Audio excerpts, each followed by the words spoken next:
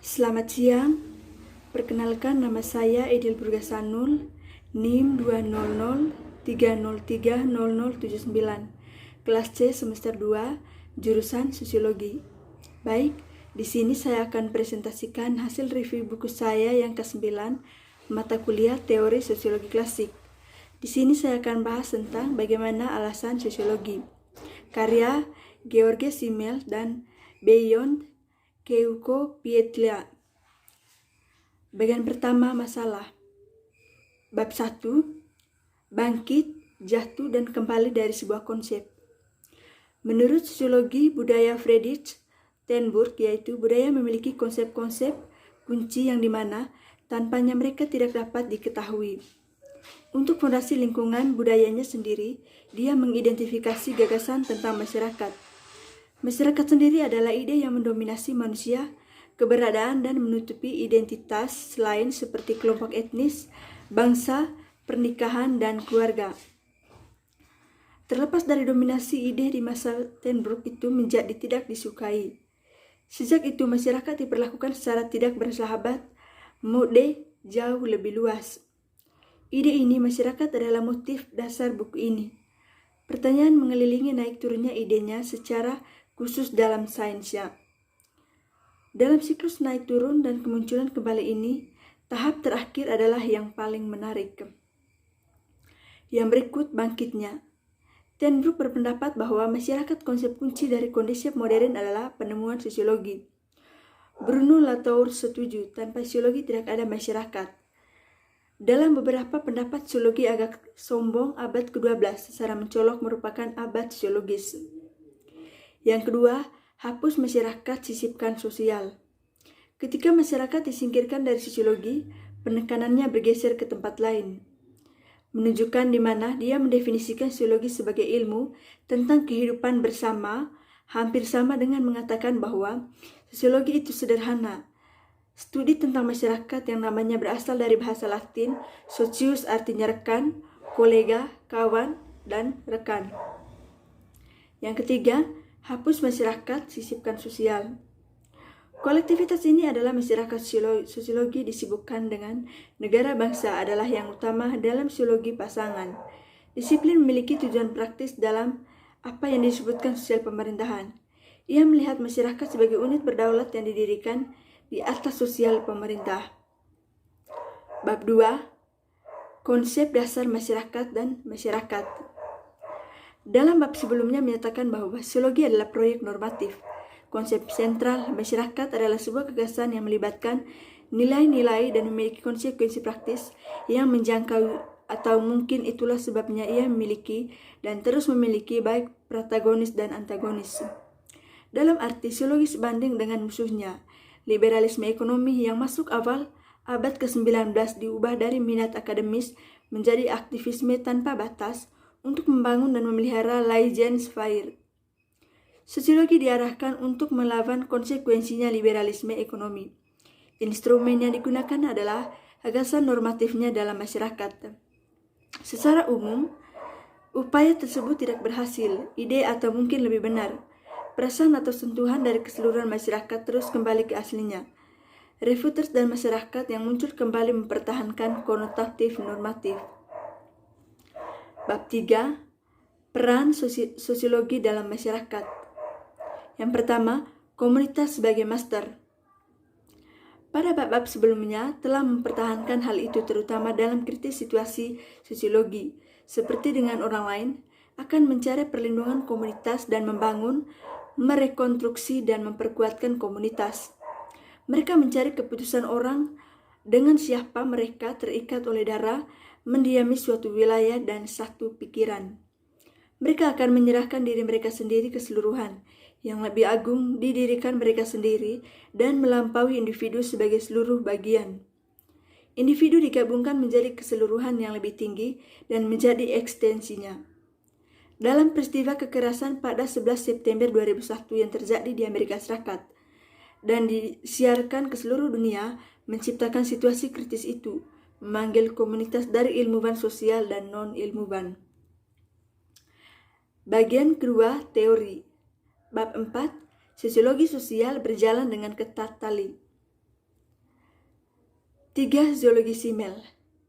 Sosiologi simel adalah batu loncatan yang menuju konsep masyarakat yang mau memenuhi dan berharap dan percaya persyaratan yang dinyatakan di akhir bab sebelumnya. Simel mendekati zoologi dan teks zoologis terakhir dari 3 arah yang berbeda dan ditemukan disiplin dalam 3 pengertian.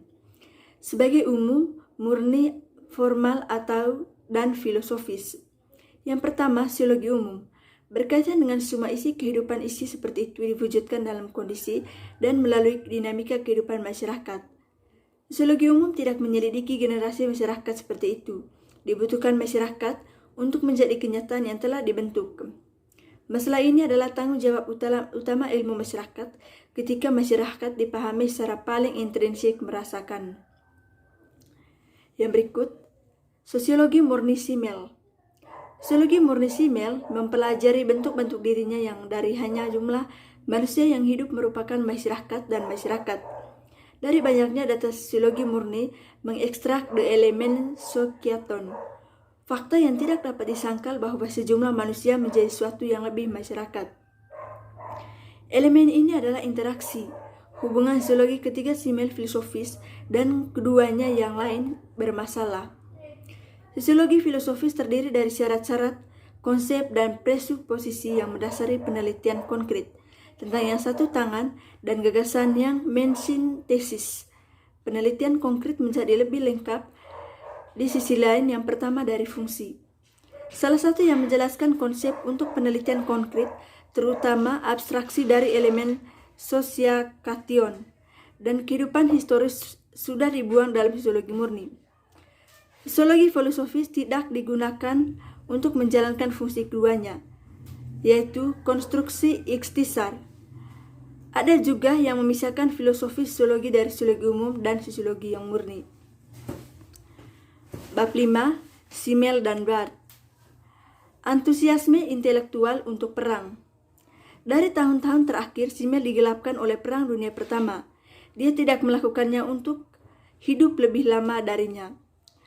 Dengan meninggalnya pada bulan September 1918, gencatan senjata di akhir beberapa minggu kemudian di bulan November. Perang besar akan menjadi eksperimen kritis historis di mana ketabahan sosiologi Simel diuji. Kriteria ujian adalah apakah dia dalam kaitannya dengan perang, memegang atau tidak berpegang pada sosiologinya dan implikasinya. Bagi praktis yaitu tanpa adanya pergaulan manusia dan yang sadar pada dominasi. Pada Januari 1914, pada manusia yang ke-956, Simel diangkat sebagai profesor filsafat di Universitas Trabzon. Dia mengembalikan kursi itu saja sebelum perang pecah pada bulan Agustus. Pada jabatan profesor disignifikan, maka perang itu menentukan dan terhanyut oleh daya tariknya. Simel pertama reaksinya adalah antusiasme, tetapi kegembiraan yang menggairahkan untuk perang ini tidak bertahan lama. Pada tahun 1915, krisis muncul ketika otoritas militer mengajukan tuntunan terhadap dugaan pernyataan anti-Jerman di koran. Bab 6. Simel dan kondisi modern. Yang pertama, metafisika. Simel merasa tidak nyaman dengan waktunya sendiri. Dia membenci kelebihannya konten objektif dan urgensi teknis. Inilah yang membuta perasaan membedakan antara masyarakat dan masyarakat yang murni. Tentu saja politik dan ekonomi masyarakat dan masyarakat yang diikat dengan gagasan bertujuan adalah masyarakat melalui masyarakat yang bisa bersosialisasi adalah masyarakat tanpa kualifikasi, karena mewakili secara spesifik konten dari semua masyarakat sepihak dan gambar abstrak yang larut, seolah-olah semua menjadi permainan bentuk belaka. Masyarakat seperti itu dibentukkan dalam interaksi kehidupan modern dan terbebani dengan konten objektif dan kepentingan teknis yang berbeda. Bagian ketiga, penerapan. Bab 7 tentang uang. Teori ini adalah mencari institusi di mana masyarakat itu sendiri dapat dipraktekkan dengan melakukan interaksi tidak langsung antara orang-orang yang tidak termasuk dalam kelompok inti kelembagaan praktis. Hipotesisnya adalah uang. Komunikasi massa dan negara adalah lembaga yang terdiri dari jabatan-jabatan yang dapat didefinisikan dalam perspektif sosiologis sebagai praktis masyarakat. Ide teoritis ini awalnya lahir dari perubahan paradigma sejak tahun 1980-an dan beragam ilmu sosial. Pergeseran paradigma terpojok secara efektif.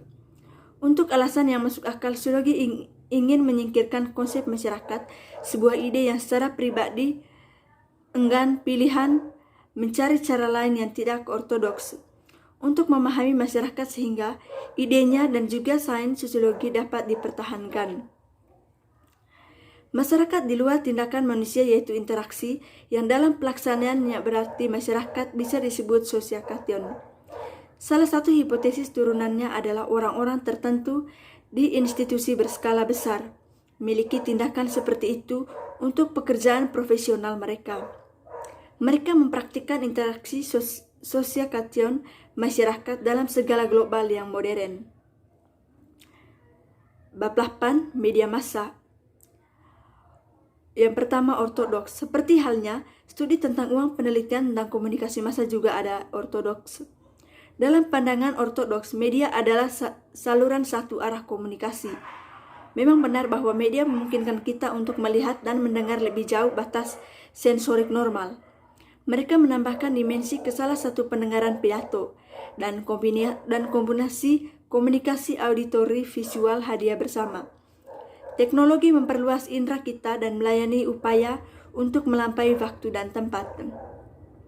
Media memperluas untuk kita sebagai pengetahuan. Pengetahuan ini tidak didasarkan pada pengalaman langsung di mediasi atau diterima secara langsung melalui media. Dalam media massa khususnya, komunikasi elektronik berfungsi sebagai kekuatan pemersatu dengan